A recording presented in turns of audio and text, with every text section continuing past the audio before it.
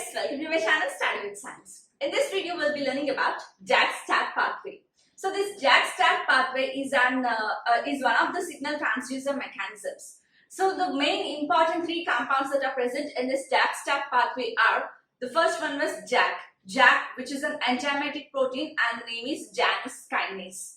And the second one was STAT, which is also an enzymatic protein and it is a signal transducer for activation of transcription proteins.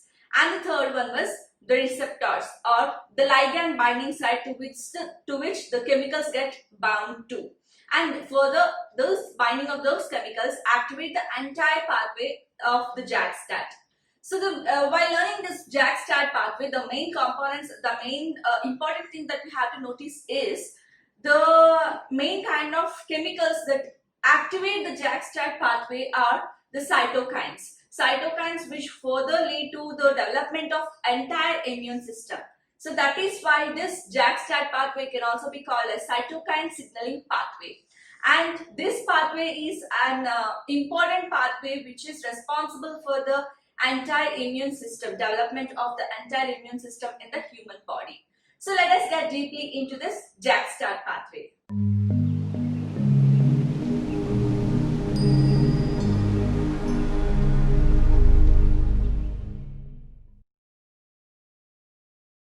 So as we said in the tyrosine kinase receptor pathway, the JAK-STAT signaling pathway also contains two domains, the extracellular domain and the intercellular domain. So the extracellular domain is the ligand binding site to which the chemical signal or the cytokine or some kind of chemical comes and binds to.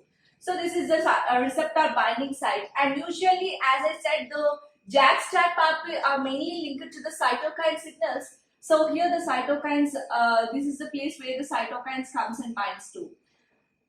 So this is the receptor binding site, and the intracellular domain of the receptor consists of two JAK proteins. Means the intracellular domains consists of JAK proteins. So like this. So whenever the receptor it was activated by any kind of chemical, means whenever the cytokine comes and binds to the receptor binding site, the entire receptor gets activated, and these two different types of monomer type of receptors come closer together and forms a dimer. So whenever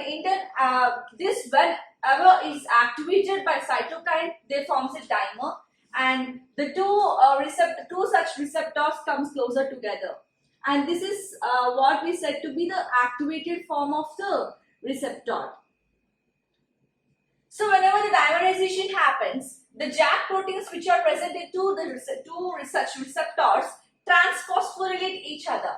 Means this JAK protein phosphorylate this protein and this JAK protein phosphorylate this one. So that the phosphorylation of the JAK proteins happens. So after phosphorylation of the JAK proteins, the phosphorylated JAK protein in turn phosphorylates the tyrosine residues that are present in the receptors. So this phosphorylated JAK protein phosphorylates the tyrosine residues that are present in the receptor. So now the phosphorylated tyrosine residues are ready for accepting the STAT proteins. So you see, if you see like this is a JAK protein, these are the JAK proteins which were phosphorylated, and this phosphorylated JAK protein phosphorylated the tyrosine residues.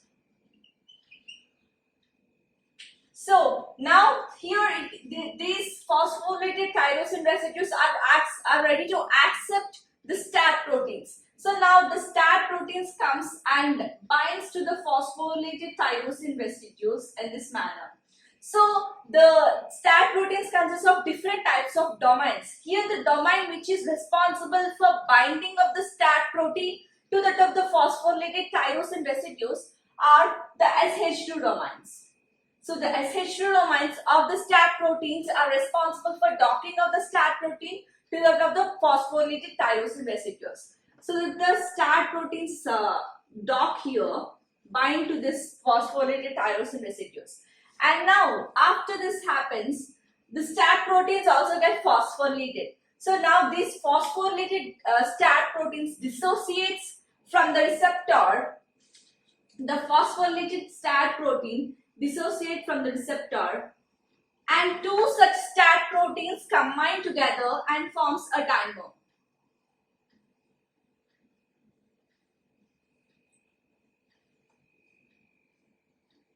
So this is dimerized STAT protein.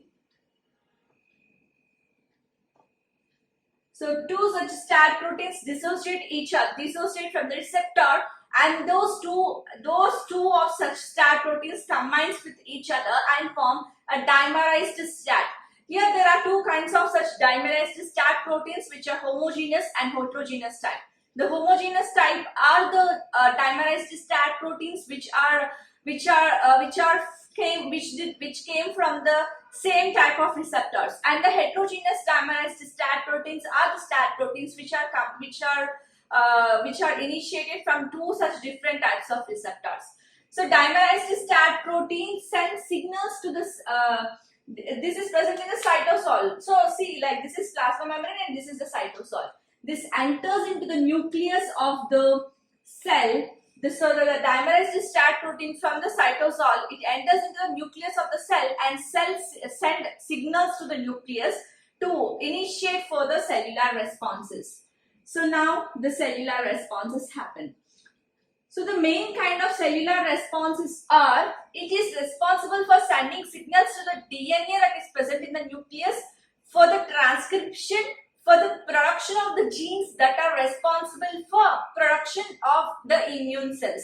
That is why we have said that this is an important process. This is an important process in the entire immune system.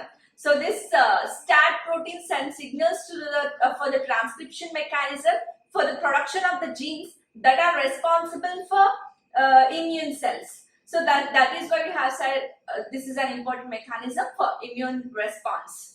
So this is about the JAK-STAT mechanism, and if you like this video useful to you, please like and share with your friends, and please, if you have any queries, comment in the comment section, and please don't forget to subscribe to my channel. Thank you.